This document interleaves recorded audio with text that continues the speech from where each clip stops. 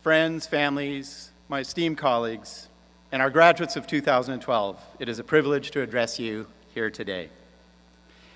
In 1986, Ivan Boesky of Insider Trade faming gave a graduation speech on this very same Berkeley campus of free speech and Nobel laureates. That day he declared, "Greed is good." A year later in the movie Wall Street, Gordon Gekko made the phrase known to the world. This battle cry was part of a pendulum swing seen before in history, one that expressed a certain view of who we are as a species. We are selfish gratification machines. Happiness is found in material pursuits. Other people's concerns are not our own. Altruism is an illusion. The bad in human nature is stronger than the good. That phrase and its accompanying ideology was the mantra of my generation, and it brought us, scientific studies show, rises in loneliness and a loss of friends, a loss of trust in our communities and institutions, rises in narcissism and decreases in empathy, and rises in anxiety to the point where 75% of Americans today say they are too stressed out, as well as Humvees, Enron, Madonna, the recent economic collapse, an insulated 1%, and levels of inequality in the United States that are literally shortening the lives of our citizens. Our graduates have been trained in a discipline, psychological science, that applies the impartial rigors and open-minded inquiry of science to hypotheses like greed is good. And in any fashion that we look at that hypothesis, greed is good, it fails. Instead, we bring into focus a much different picture of human nature. It begins with Charles Darwin, devoted father of 10. Say Darwin's name today, and most of us think of survival of the fittest and evolutionary struggles that are bloody in tooth and claw. Those were interpretations placed on Darwin by the social Darwinists like Herbert Spencer, who followed him. Darwin saw things differently. In the wake of nursing his beloved daughter Annie to her death at the age of 10, Darwin came to understand that the suffering of the young is essential to our evolution, and that sympathy is our strongest instinct. In Darwin's words, sympathy will have increased through natural selection. For those communities with the most sympathetic members will flourish and raise the greatest number of offspring. The reason for this claim is really simple. As we began to walk upright on the African savanna, our pelvises narrowed, and because of our gift of gab and our love of language and poetry and gossip, our frontal lobes expanded dramatically. The end result is that our babies had to be born prematurely to get those giant heads through the birth canal. Our offspring are the most vulnerable mammal on the face of the earth. I hate to tell you parents out there, but human offspring require anywhere from 7 to 49 years to reach the age of independence. But now you know why your children will be living in your basement at the age of 35. This game changer in hominid evolution gave rise to specific branches of our nervous system that help us care. The sight of suffering and vulnerability trigger activation in a very old region of the brain called the periaqueductal gray, a bundle of nerves in the chest known as the vagus nerves that slows the stress response, allows us to look at others and vocalize, and a miraculous neuropeptide, oxytocin, that floats through the brain and body, and when whiffed through a nasal spray in experiments, makes people empathize, trust, and share money with strangers. We'll be spraying our grads later on when we ask for money, so don't worry about that. We are wired to care, and as we exercise this caregiving branch of the nervous system in acts of generosity, cooperation, and service, recent studies show reward circuits in the brain are active. We find greater joy when we indulge our narrow self-interest. And through care, we are more likely to live into our 80s and 90s. Consider one recent study by an enterprising young psychologist, Elizabeth Dunn. In surveys, when asked, most Americans believe that spending money on personal desires brings greater satisfaction than giving it away. But when participants were actually given the choice to spend $20 on themselves or give it away to a charity, the act of generosity led to greater happiness. To care is good.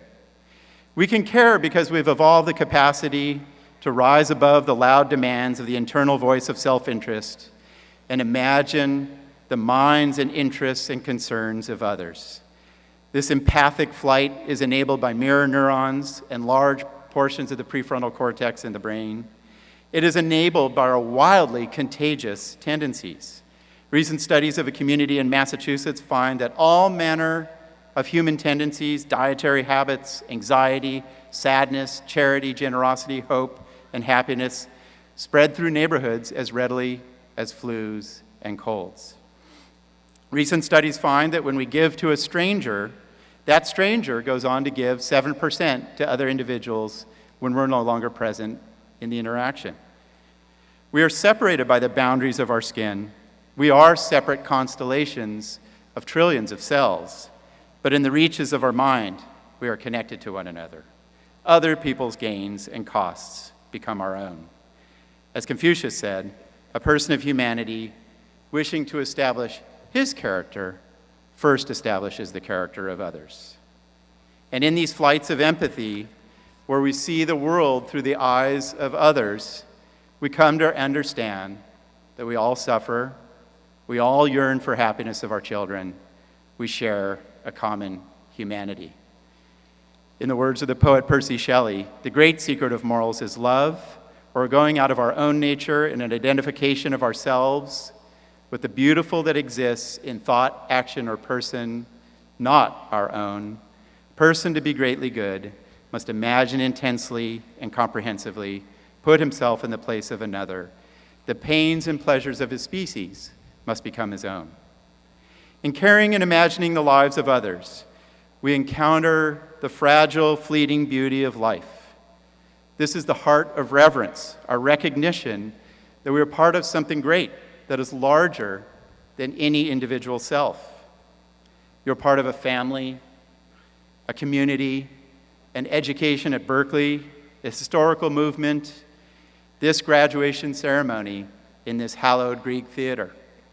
The ancient Greeks believed that reverence, the feeling of awe for things that are greater than the self, is a critical substance of human communities, as important as our capacity for justice.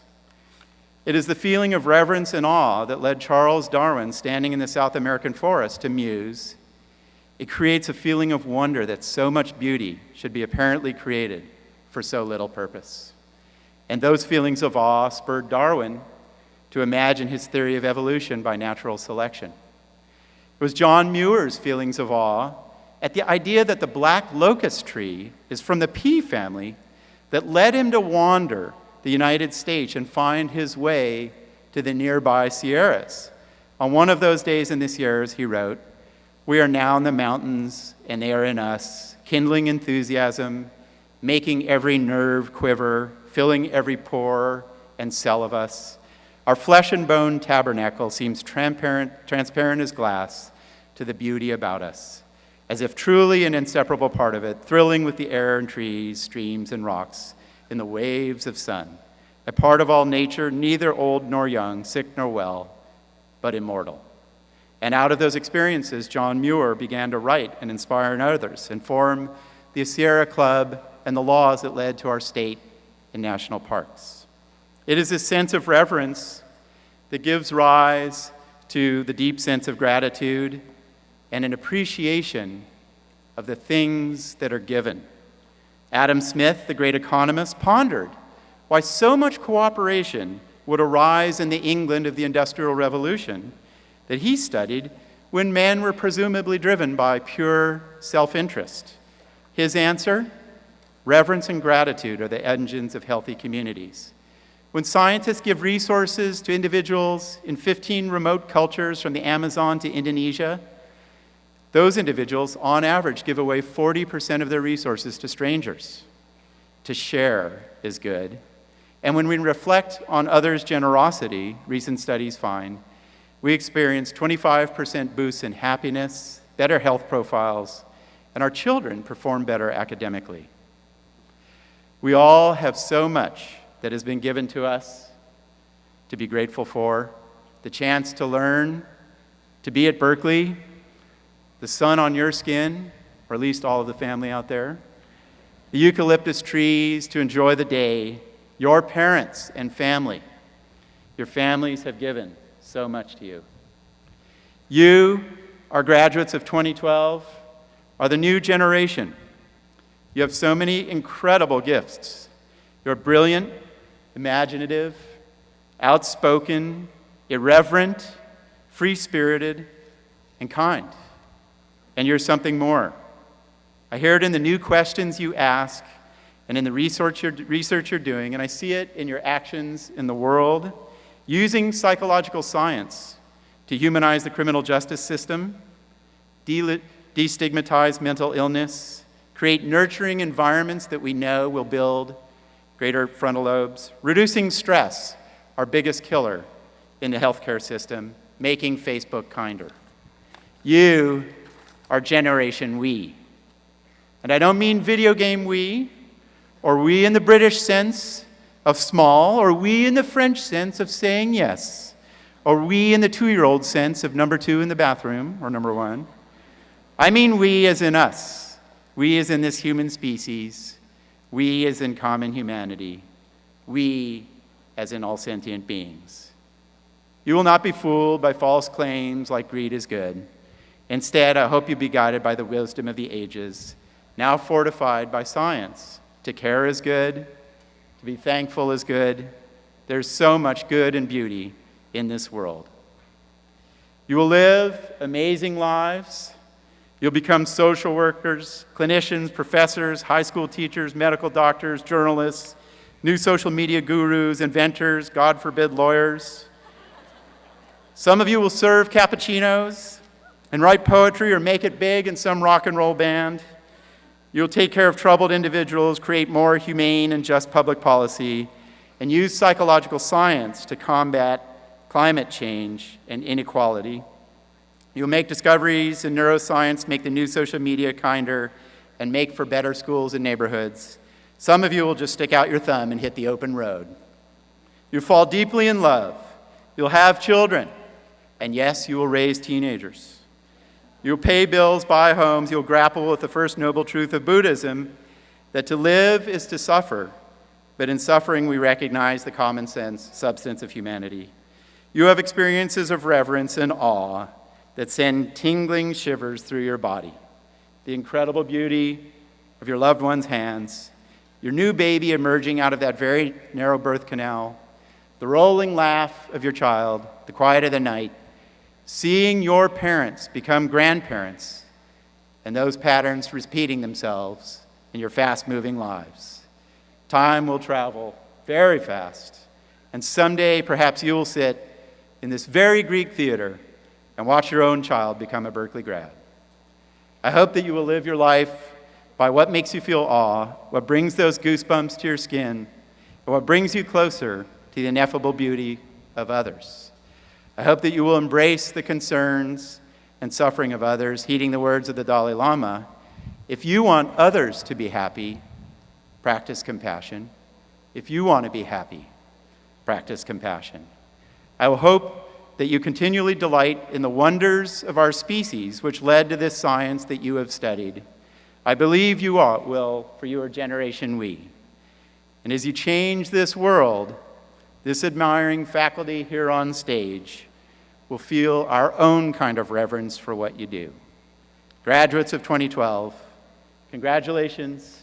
I wish you the best of luck.